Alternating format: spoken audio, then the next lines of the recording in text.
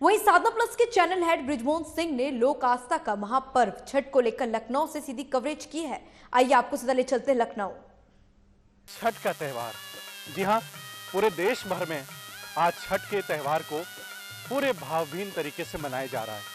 छठ आखिर है क्या और महिलाओं के लिए ये छठ का पर्व क्यों इतना महत्वपूर्ण है, आज इसी के लिए हम बैठे हैं और हम बातचीत करेंगे।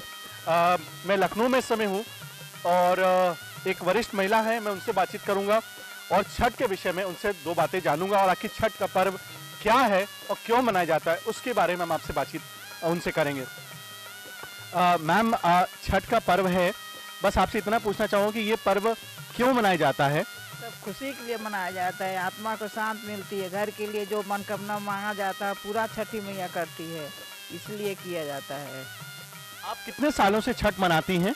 40 सालों से मना रहे हैं छठ। योगी जी ने इस बार बोला कि छठ जो पर्व है वो अपने घरों में मनाएं और मैं आपको देख रहा हूँ कि योगी जी की बात को किस रूप में आप एकदम पूरी अगर हम बात करें पूरी सत्यता से, और आप छठ अपने घर में मना रही हैं, आप अपने छत में मना रही हैं, तो आपको कैसा लग रहा है? जो आप पहले सबके साथ मनाती थी तो कोई फर्क आया है पूजा पाठ करने में? शांति मिलती है अकेले करने में।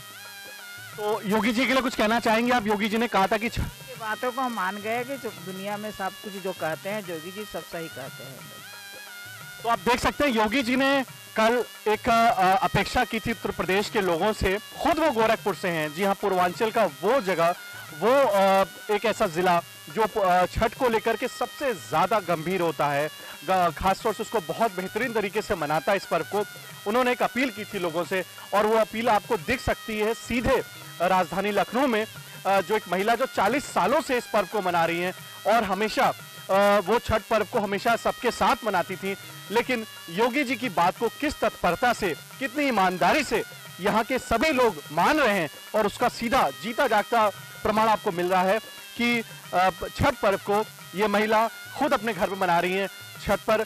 और इस पूजा विधि को हम थोड़ा और भी आगे विस्तृत लेके जाएंगे और फिर आपको दिखाएंगे कि छठ पूजा में और क्या क्या पूजा प्रक्रिया क्या होती है। तो आप देख सकते हैं ये छठ का पर्व अलग अलग भागों में आप हैं। थोड़ी देर पहले मैंने जैसे आपको दिखाया, बताया कि छठ को किस भूमिका के साथ, किस महत्व के साथ मनाया जा रहा है।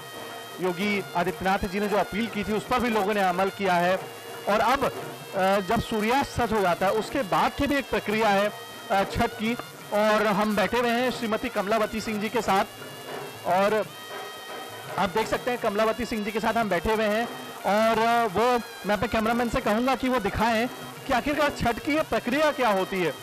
बहुत कुछ सीखने की बात है। हम लोग तमाम पर्व मनाते हैं, दिवाली है, होली है और उसके अलावा हमारे क्रिसमस है, हमारे ईद है, लेकिन छठ का जो ये पर्व है, साधारणता का ये पर्व है। मैं खुद एक महिला नहीं हूँ या क्योंकि किसी भी पर्व के विषय में वो व्यक्ति बहुत अच्छे से बता सकता है जो उस पर्व को पूरी भावभीन, पूरी श्रद्धा के साथ मनाता है। और मैं अब बैठा हूं और मैं इस समय श्रीमती कमलावती सिंह जी के साथ बैठा हूं मैं, और मैं उनसे पूछूंगा कि मैम, ये इतने सारे फल रखे हैं, ये दीप जलाए जा रहे हैं, क्या महत्व क्या है ये? क्योंकि सूर्यास्त के बाद आपने बोला ये पूजा की जा रही है, तो अब क्या पूजा होगी आगे? ये कोसी भरा जा रहा है, इसको पूजा मान लिया जाता है। ये कोसी भरा जाता है, जो मनौती रहता है इसके लिए पूजा किया जाता है, ये कोसी भरा जाता है। ये छठ पर्व, जैसे हम कहते हैं कि कोई पर्व जो है वो पति के लिए होता है, कोई बच्चे के लिए होता है, कोई माँ बाप के लिए होता है, ये पर्व किसके लिए मनाया जाता है? बच्चे के लिए मनाया जाता है और घर में सुख शांति के लिए किया जाता है। सब मनोकामना पूरा होती है तो आदमी पूजा करता है इनको, छठी मैया को। तो आपने ये जो छठ पर्व आपने बताया था जैसे थोड़ी देर पहले कि 40 साल से आप मना रही इस पर्व को, तो क्या मनोकामना थी आपकी जिसके बाद आपने 40 साल से लगातार ये छठ के पर्व को आप मना रही हैं? हमसे सब मनोकामना पूरा हो गया, जो मांगते हैं तो सब पूरा हो जाता है, इसीलिए तो बताया थोड़ी जाता है क्या क्या होता है। तो अब देख, हाँ, अंदर अपना मनोकामना पूरा होता जाता है, आदमी करता रहता है। 40 साल से कोसी भर रहे हैं हम, एक साल से नहीं कर रहे हैं। बाजा बाजता है, कोसी भरा जाता है, पूजा किया जाता है। एक हम खास तौर से, क्योंकि हम अपने दर्शकों के लिए, जो दर्शक हमारे पूरे उत्तर प्रदेश से हैं, उत्तराखंड से हैं, देश भर से हैं, ये पर्व पूर्वांचल का और बिहार का पर्व ये माना जाता है, तो हम खास तौर से, क्योंकि छठ पर्व को जब तक इसकी जो मूल भाषा में जब तक हम इसमें नहीं इसको बता पाए, समझा पाए, शायद तब तक उसका महत्व नहीं होगा। जैसे हम बिना गणेश जी की पूजा किए हम किसी पूजा की शुरुआत नहीं कर सकते हैं, उसी तरीके से हम ये कहना चाहेंगे कि एक भोजपुरी भाषा में हम श्रीमती कमलावती सिंह जी से बात करेंगे और भोजपुरी भाषा में हम जानना चाहेंगे कि छठ पर्व का अब इसका समापन कैसे होना है और आगे क्या इसकी प्रक्रिया है। तो माता जी हम कहत रही कि ये छठ पर्व कैसे आगे संपन्न हुई और एमे और आगे का प्रक्रिया रही, क्या भोजपुरी में तनी बताई जरा। हाँ बताओ तो बानी की पर सब कुछ हो जाता है, गाना गाया जाता है बच्चों को, अकेले है तो नहीं गा रहे हैं लेकिन फिर गाना गाते हैं।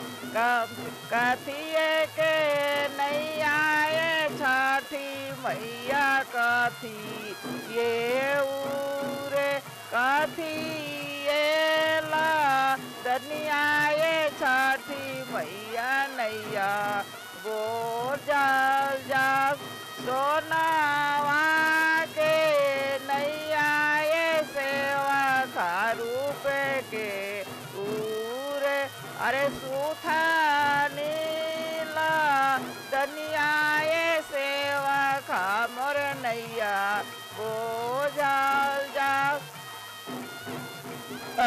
ये हम कहत रही कि ये पूजा कब खत्म हुई और का व्रत भी रखले बाटू आप। हाँ तब रात भर हम दिया जलाएंगे, रात भर देखेंगे, रात भर पूजा छठी मैया का करेंगे, फिर हमारी खुशी होगी, फिर अगले साल हम हमेशा करते हैं करेंगे। तो ये था वो पर्व और इसका ये हम एक भाग इसका दो भी कल आपके सामने दर्शकों सामने दिखाएंगे, लेकिन अभी का जो ये पर्व जो आज इसका क्या प्रक्रिया थी, कैसे इसको मनाते हैं, इसको हमने आपको अपने दर्शकों को बताया। कल हम इसका अगला हिस्सा आपके समक्ष प्रस्तुत करेंगे। तब तक के लिए मैं अपनी पूरी टीम के साथ ब्रिजमोहन सिंह